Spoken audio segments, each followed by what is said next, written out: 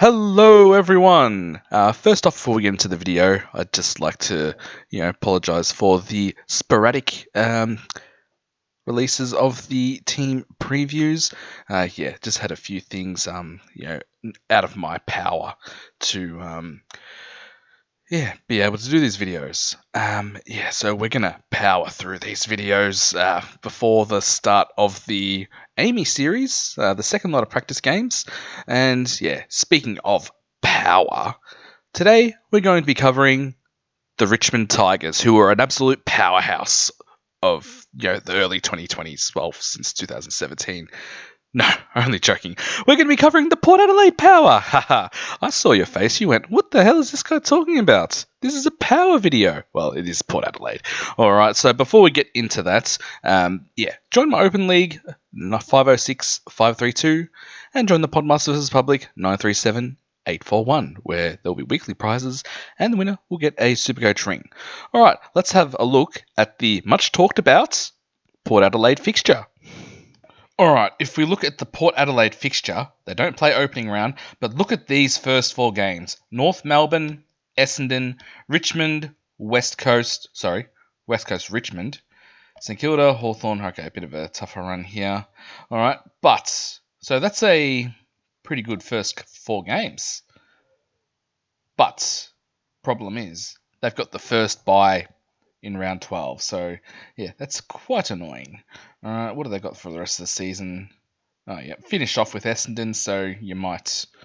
Oh, actually in round 13, you might want to target some Port players because they got West Coast. And then Melbourne and Essendon to finish off for your prelim and grand finals. So, very interesting there. So, we're going to go through quite a few players. Well, I've got quite a few players listed here. We're not going to pick all of them, obviously. What I like to do, and I've almost pulled the trigger in some of these games, looking at teams with an easy early run. Maybe we can get a few monster scores from, certain players. Like I think of a couple years ago, I was going to go with Jesse Hogan. Because they had a early run, same with West Coast, North Melbourne, and he went huge. But I didn't have the balls to pick him. I went with Steve Cornelio instead, and that was a mistake. All right, so with the fixture, let's get into some players. Worth noting too that this St Kilda game in round 5 is also part of Gather Round. So anyway, just thought I'd add that in there. And hey, look, there is a lot of players named here. I think a lot of them will be passes though. First off, for the defenders, we've got Connor Rosie, 568.5k, 105 average last year from 21 games. He moved to the back line last year. I think it was actually new coach. Well, he was already there as an assistant coach, but it was actually, I believe, Josh Carr's idea to put him in the back line. And he scored a 105 for us. I actually picked him last year starting as a midfielder. But that move down back was a nice bonus. He got DPP as well last year, so that was pretty good. All right, so Connor Rosie with this early easy run. I'm going to put high. Well, he's very close to a lock. All right. But he's in my team at the moment. I'll definitely recommend you that you highly consider. It's probably as close as I could probably get to, a lock from highly consider. Kane Farrell, 476k, 88 last year, 21 games. Could he be one that could, run off halfback and, give us a few, ceiling type scores? Possibly. He's one that I'll definitely consider. He can score you like a 110, 120 type score. He'd also score you 70. Miles Bergman, 447.4k, 82.7 average from 19 games last year. He's a guy who looks to be moving into the midfield. He's been in and out of my team. I don't have him in there at the moment, but that could change. I'll definitely watch him again in the second practice game. Jason Horne-Francis has some sort of, I think it's like awareness injury, like I think it was in his foot that he had surgery on. So does that help him? Miles Bergman. All right, so here's one I am highly considering. All right, so what I would probably planning to do after his early run, if he does some nice high scores, makes us a bit of cash, maybe trade him to, I don't know, one of the other premiums. All right. So next, Chase Burgoyne, 401.5k, 74.2 average from 20 games. Now here's another one that's a bit up and down.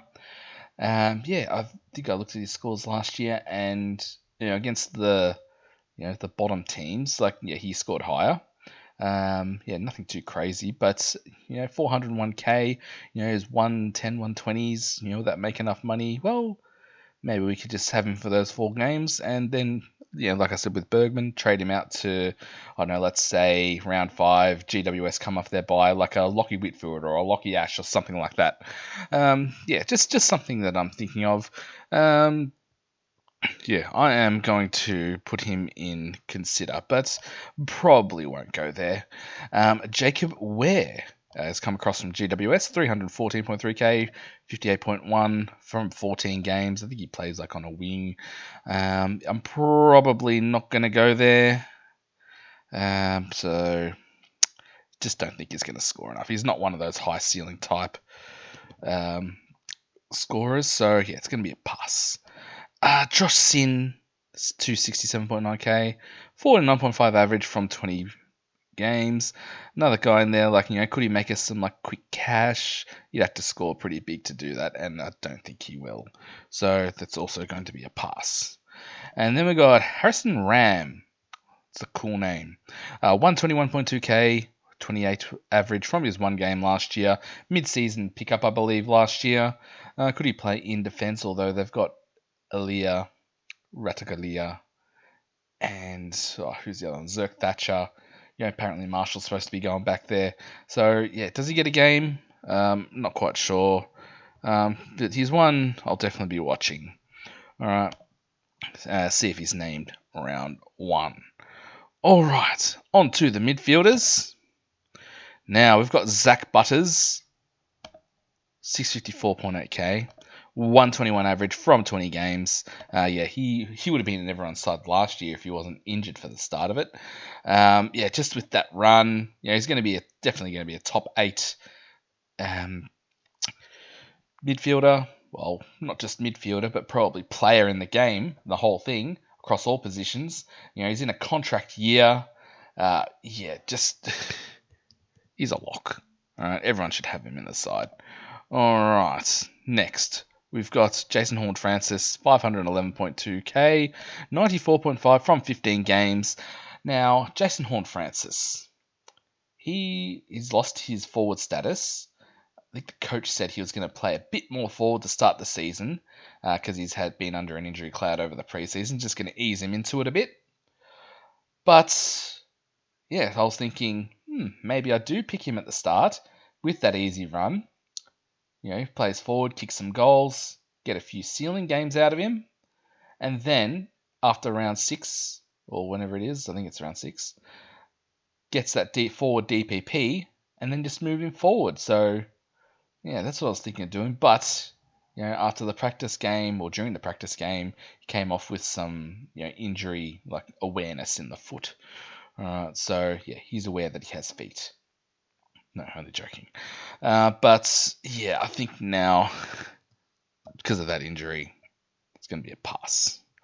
Ollie Wines, 502.2k, 92.8 from 20 games. Picked him a couple of years ago. It was around about the same price. Didn't really go up or down. It was a bit of a nothing pick. But I've only really put him in here because he's out suspended for the first couple of games. So that might... give some more people mid-time, might give some more people a game who we might go through, we'll go through shortly. We'll get it. All right. If you know, you know. All right. So, it's obviously going to be a pass to start off, but I don't think I'll be picking him at any stage. Willem Drew, 43.5, 23 games. Could we see a few big scores from him? I don't really think so, but I just thought he was worth mentioning. It's going to be a pass on Willem Drew. Ewan McKinley, 216.5k, 80 from his one game last year. Now, I did not watch this game, so I'm not quite sure how he played in that game. But one maybe we can watch over the preseason. Let's just see if he gets named round one. If he scores an 80 in his debut game, what could he do against the four pretty weak teams? All right, so one to watch. If you go at 80s from 216, you might make a bit of coin. All right, and then we got Will Brodie, who's come across from Fremantle. 119.9k, so he's rookie priced. Didn't play at all from Fremantle last year. Just a few years ago, he was scoring he was available in our forward lines. And he was scoring, hundreds every week.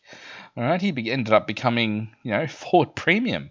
I wouldn't expect him to get forward status this year, but if he's picked round one, he'll be in my side. So only problem is you've got Ollie Wines coming back in, all right? But could this Jason Horne-Francis injury, help him at all? Keep his spot in the side. So he's highly consider. If he does get picked round one, he'll be in my side, and I'll probably put him on field because we know that he can score. It's just whether he can stay in the side is the only question. No doubt that he can score well. All right, next onto the rucks. Jordan Sweet, 471.7k, 87.2 average from 19 games. He wasn't picked in the practice game. I don't know if he was just being managed or anything like that. These ruck rules that have changed, that suit more mobile, athletic ruckmen. That's to the detriment of Jordan Sweet. Well, might have to wait and see in the next practice game because, in 2025, I remember, he had a good couple of games.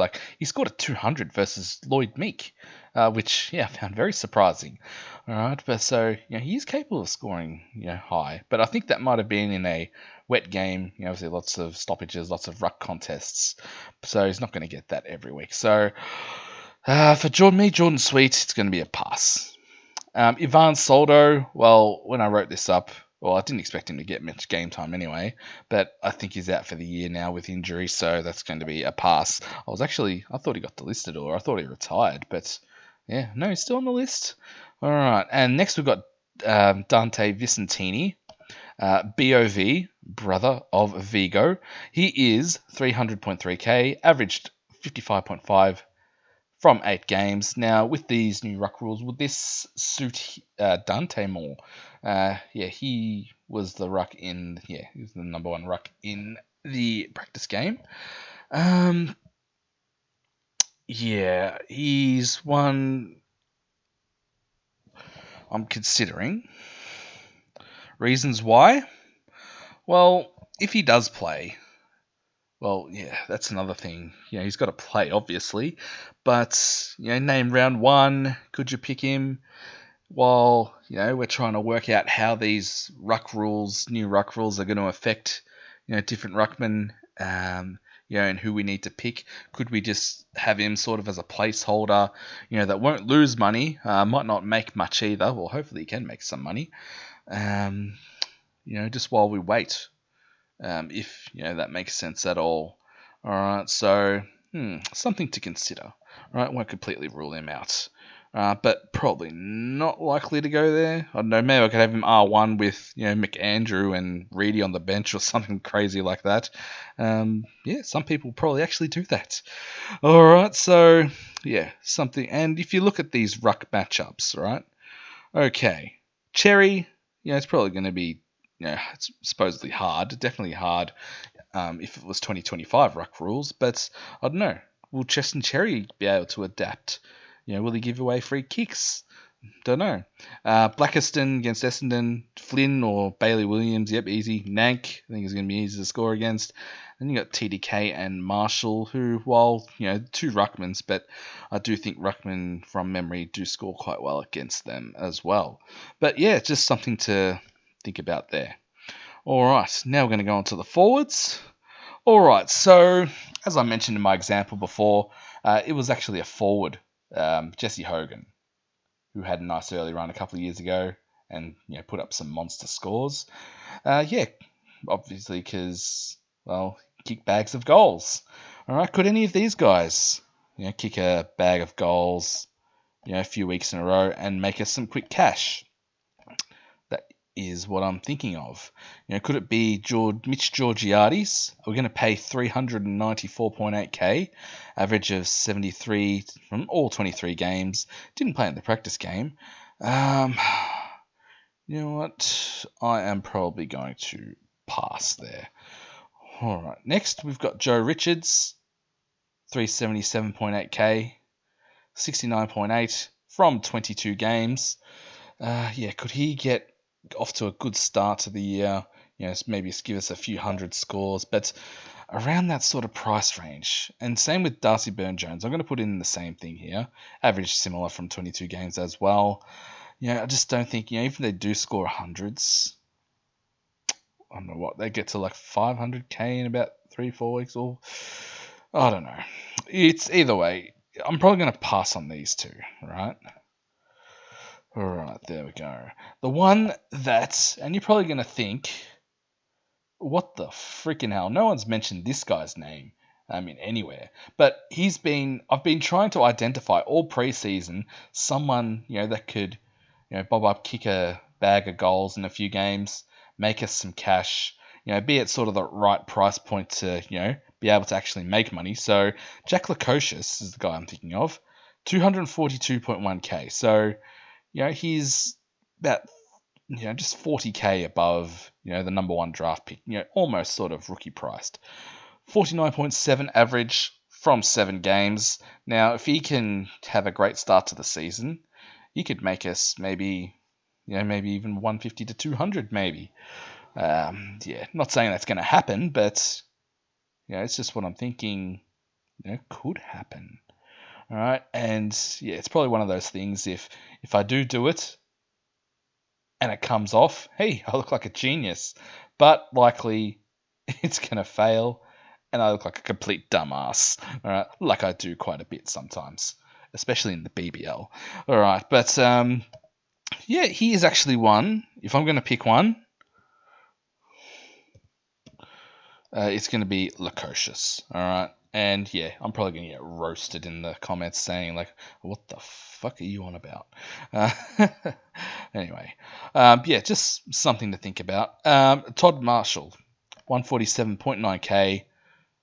Didn't play last year due to injury.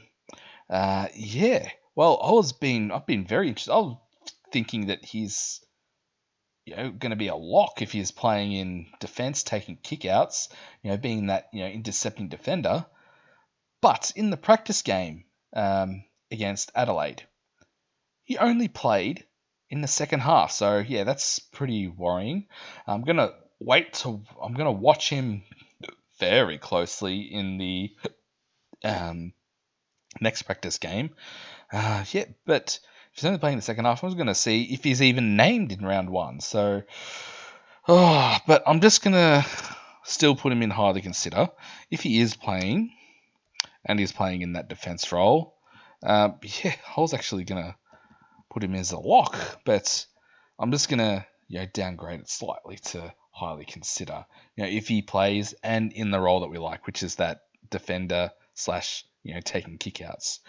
All right, so that will do for this video.